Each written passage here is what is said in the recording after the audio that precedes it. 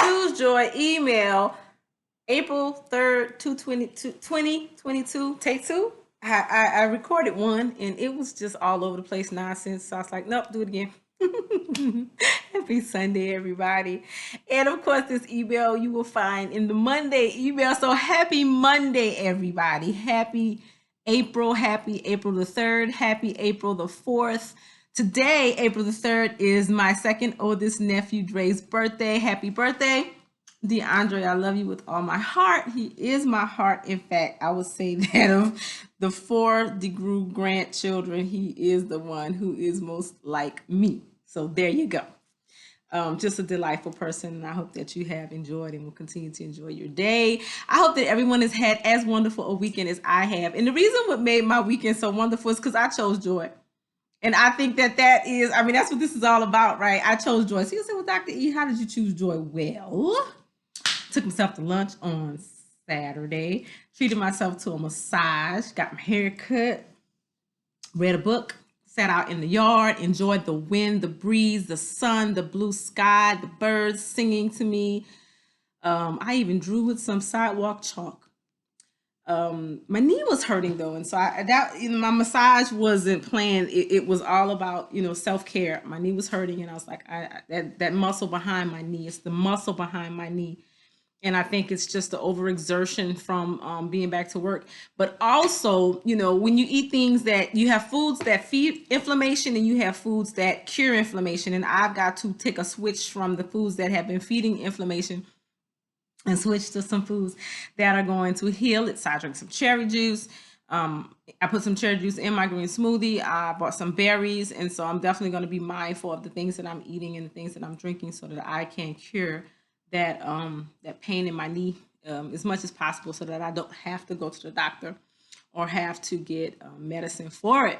So that's that. That's the little Dr. E talk. The quote today, well, let me tell you, this week's email is going to be dedicated to the virtue of mercy. Very much akin to forgiveness. Mercy is compassion in action. It's all about treating people well when they're not at their best, being forgiving of them, overlooking their shortcomings, not holding things that they've done over their heads. In fact, that's what our reflection is about today.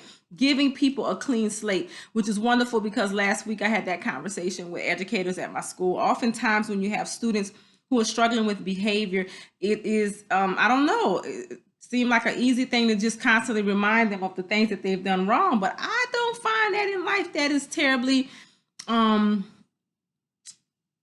helpful, motivational.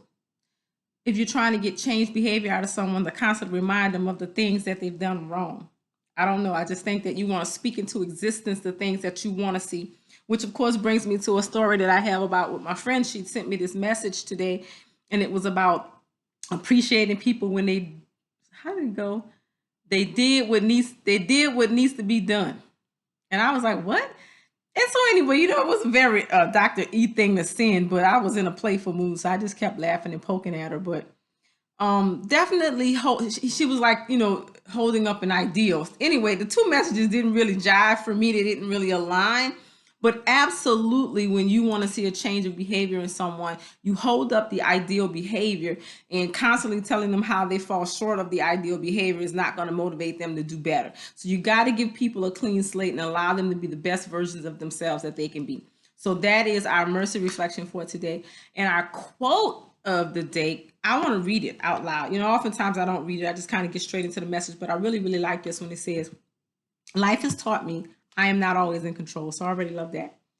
Life is full of experiences, lessons, heartbreak, and pain. But it has also shown me love, beauty, possibility, and new beginnings. So you have that contrast. We have the negatives, the downs, but then you also have the highs.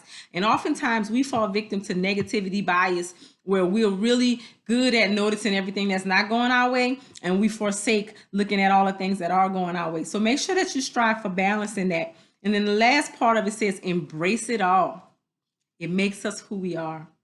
And after every storm comes a clear sky. And that's what the topic of the email today is. After every storm comes a clear sky, full of possibility. So my message to you today is to be open to the possibilities that are coming after your storms. Storms come to clear your path. Storms come to tear you away from things that you're holding on to that's holding you back. Let the storm pull you away from the things that are holding you back. Pull you away from the people that are holding you back. Pull you away from the attitudes that are holding you back. Pull you away from the limitations that are holding you back. I thought about something as I went to the store today. Sometimes people get caught wrong.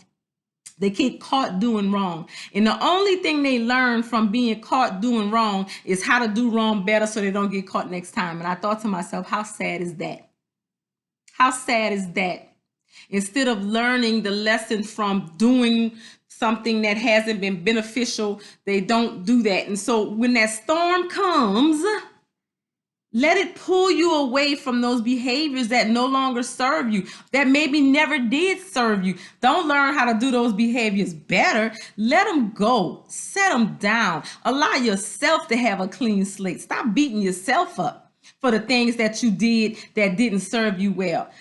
Give yourself a clean slate. Give everybody in your life a clean slate. If you're an educator and you got a kid that's getting on your nerves, tomorrow when you go to school, this morning when you go to school, give that kid a clean slate. Give yourself and that kid a clean slate so that you can learn from your experience and you can be open to embrace the clear sky of possibilities that'll come your way when you let the storm pass. Some of you guys are still in a storm because you're still practicing behaviors that you ought not to.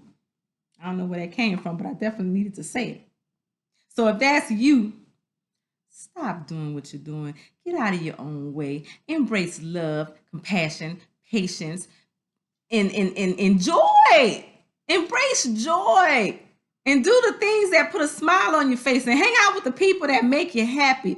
And I hope that when you just hang out with yourself, because that's what I'm learning how to do, when you just learn how to hang out with yourself, that puts a smile on your face as well.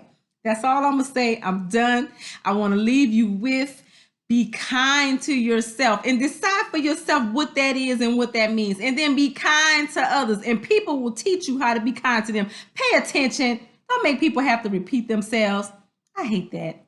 That happened to me this weekend, and I thought, don't ask me questions if you're not going to listen to the answer. You got to keep asking me the same thing over and over again. But I don't want to go down a rabbit hole. Be kind to yourself, be kind to others, and gift the world the beauty, the warmth, the welcomingness, the joy of that beautiful smile that you have, and have a sensational Sunday if you're watching this on Sunday. Have a, I can't think of an end for night, but a marvelous, magnificent, moving, motivational Monday. Thank you guys so much for tuning in. I love each and every one of you. Take care. Mwah.